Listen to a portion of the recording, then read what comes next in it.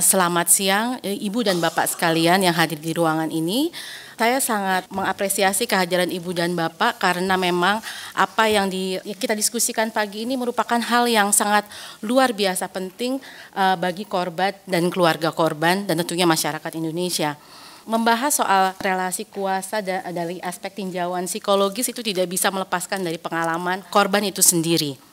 Pengalaman saya selama 16 tahun melakukan pendampingan terhadap korban kekerasan seksual dan juga keluarganya memberikan gambaran yang begitu kompleks dan begitu mendalam mengenai kompleksitas permasalahan kekerasan seksual, utamanya dalam aspek psikologisnya. Saya memang menyiapkan slide, tapi saya rasa kalau saya sharing dari aspek kasus itu akan lebih mengena buat kita semua, lebih bisa memahami. Sebagai contoh ada pengalaman kasus saya, seorang anak perempuan yang datang ke saya karena dirujuk oleh orang yang mengaku sebagai omnya. Anak ini katanya punya masalah psikologis sehingga dia ketika jadi lebih agresif dan segala macamnya. Lalu kemudian dia datang ke saya dan dia menceritakan bahwa dia pernah mengalami kekerasan pelecehan seksual oleh ayah tirinya ketika dia kelas 1 SMP. Anak itu ketemu saya ketika dia kelas 3 SMA. Pelecehan yang dia alami adalah ayah tirinya masuk ke kamar dan memegang pahanya. Keesokan harinya, dia waktu itu tahu peristiwa itu terjadi, dia tahu, dia terbangun, tapi dia freezing. Dia nggak bisa menolak, nggak bisa teriak, nggak keluar suara dari tenggorokannya. Dari aspek psikologis itu bisa dijelaskan, karena peristiwa yang terjadi pada dia adalah peristiwa traumatik. Ketika peristiwa traumatik terjadi, proses di otak kita langsung blocking, kita tidak bisa berpikir, berteriak, berkata, atau melakukan apapun. Kita akan kembali dalam situasi di mana defense mechanism atau mekanisme pertahanan diri orang tersebut yang muncul adalah mekanisme yang paling primitif, yaitu diam. Mekanisme paling primitif itu contohnya adalah di hewan reptil. Ketika dia ada ancaman, dia biasanya langsung pura-pura mati, seperti itu. Itu yang terjadi, langsung freezing, karena itulah yang dia alami. Keesokan harinya dia memberanikan diri bercerita kepada ibunya dengan harapan bahwa ibunya bisa memahami permasalahan yang dia rasakan. Tapi sayangnya yang dia peroleh bukan seperti itu. Ibunya menyatakan kalau kamu mau keluarga ini bahagia, kamu harus melupakan peristiwa itu. Tidak bisa kita salahkan juga ibunya karena ibunya juga tergantung kepada ayah tirinya dari aspek ekonomi. Tidak hanya aspek ekonomi, belum lagi kita bicara status. Kalau dia tidak punya suami, apa anggapan orang-orang? Sebagai seorang perempuan single, orang perempuan tunggal yang membesarkan 3 orang anak. Lalu apa yang terjadi dengan anak perempuan ini?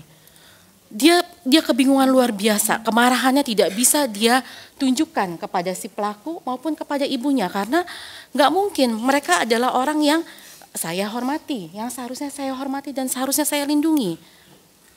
Akibatnya yang muncul dari dia adalah permasalahan-permasalahan psikologis yang luar biasa. Kalau kita pelajari kasusnya, hanya dipegang kok, tapi aspeknya panjang sekali. Lebih dari, dia 6 tahun baru ketemu saya, itu pun atas rujukan orang lain. Setiap malam dia hanya tidur 1 jam. Dari kejadian itu sampai dengan kelas 3 SMA dia ketemu saya. Kenapa? Karena dia takut sewaktu-waktu ayah tirinya bisa masuk ke dalam kamarnya dia. Dia tidak punya power, dia tidak punya kekuasaan untuk melawan. Nggak punya itu semua buat dia, karena dia ada di lapisan yang di bawah, dia posisinya adalah sebagai seorang anak, seperti itu. Sulit bagi dia untuk bisa lepas dari lingkungan itu. Akibatnya apa lagi? Prestasi belajarnya memburuk. Buruk sekali. Selalu tidak naik kelas, dikeluarkan sampai akhirnya masuk ke sekolah yang kalau bayar pun naik kelas, dia tidak naik kelas. Dia mencoba obat-obat dan akhirnya juga dia menggunakan obat nafsa. Lalu kemudian dia mengalami kekerasan fisik dari pacarnya. Dan ketika dia memiliki pacar yang memang memahami dia, justru dia putuskan. Kenapa? Karena menurut dia, ini enggak nih, kurang laki-laki. Yang laki-laki itu yang harusnya yang mukulin saya. Jadi sudah merubah pola pikirnya, sudah merubah perasaannya dia, sudah merubah nilai-nilai pandangan dia tentang benar dan salah, sudah merubah cara berinteraksi dia dengan orang lain, sudah juga merubah bagaimana perilakunya dia. Jadi seluruh aspek kehidupannya anak ini sangat terpengaruhi. Oh ya, sorry kurang dekat ya. Sangat terpengaruhi sekali. Ketika dia konsultasi dengan saya, beberapa kali dia selalu kelewatan. Kelewatan itu akhirnya saya telepon, kamu udah di mana? Oh maaf Bu, saya kelewatan, saya sudah sampai Depok, dulu kantor saya di Pasar Minggu. Jadi setiap kali dia mau konseling saya harus telepon. Kenapa? Dia sudah mengalami disorientasi ruang dan waktu. Flashback, sering mengalami flashback. Kalau kita balik lagi ke kasusnya, pelecehan seksual diraba hanya 1 kali. Tapi dampaknya bisa jadi berkepanjangan ketika dia menyampaikan hal tersebut, apa yang dia alami tidak diakui. Jadi kita memahami relasi kuasa di sini bukan seperti relasi kuasa kita membayangkan ada orang yang besar bagaimana seperti itu atau enggak posisi yang powerful, tidak. Justru dalam konteks pelakunya adalah orang terdekat, tanpa ada ancaman sekalipun, kehadiran orang itu sudah membawa pengaruh pada anak ini. Seperti itu. Itu satu kasus. Ada kasus lagi, kasus kekerasan dalam rumah tangga. Setelah ditilik-tilik konseling juga, proses konsultasi juga, proses pemeriksaan psikologis juga, karena saya juga suka beberapa kali diminta untuk menjadi saksi ahli di pengadilan. Ditilik-tilik ternyata peristiwanya, pernikahannya terjadi karena perempuan ini diperkosa oleh laki-laki ini. Lalu kemudian dia berpikir bahwa aduh kalau bukan dengan dia, dengan siapa lagi, dan akhirnya dia meminta laki-laki itu untuk bertanggung jawab. Awalnya keluarga tidak mendukung karena tidak begitu mengenal. Lalu kemudian laki-laki ini bilang ya sudah, kalau nggak setuju tidak apa-apa. Anak bapak toh sudah tidak perawan lagi sama saya. Akhirnya mau nggak mau orang tuanya menikahkan.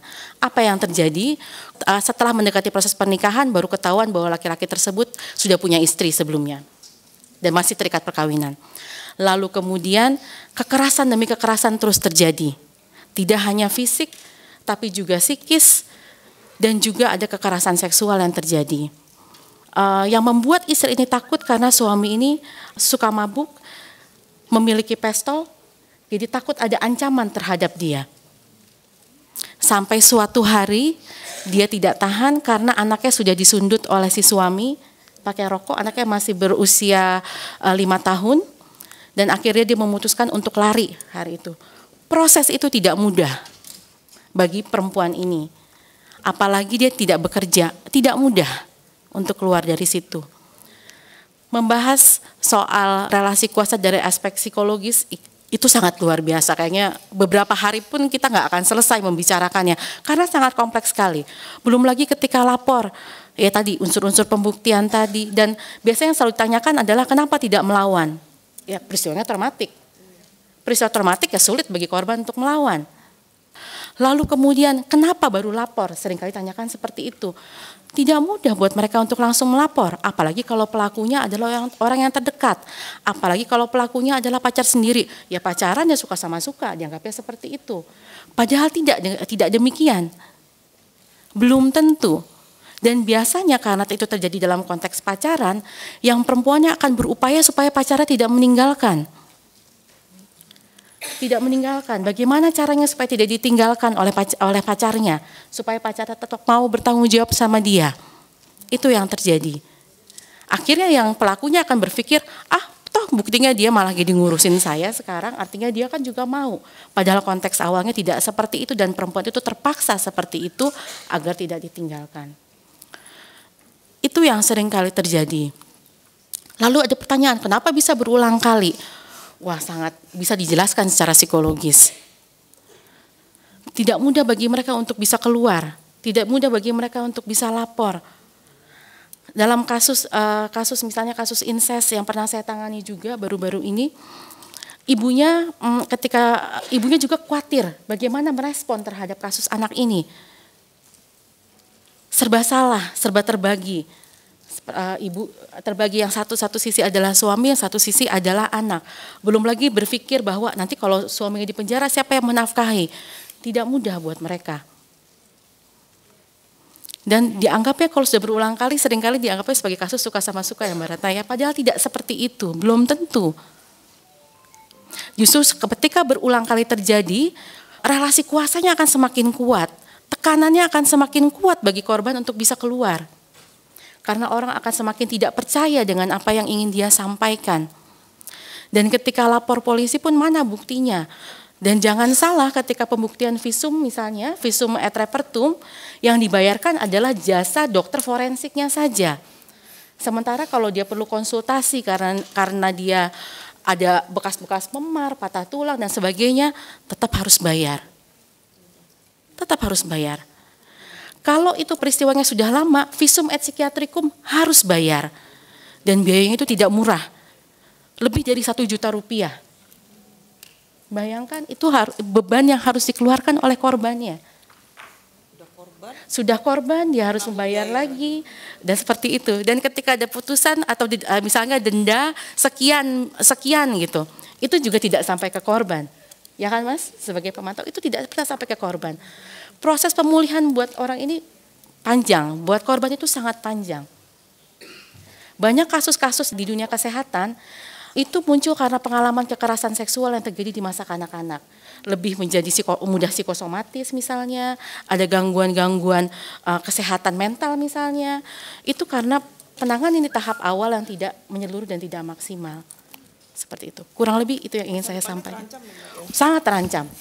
Karena biasanya sudah pengetahuan mengalami, itu akan rentan untuk mengalami lagi dalam situasi yang berbeda. Karena biasanya langsung gagap ketika dia berespon terhadap situasi sosial yang melibatkan dengan lawan jenis. Seperti itu. Oke. Terima kasih. Terima kasih Mbak Lia. Plus dulu.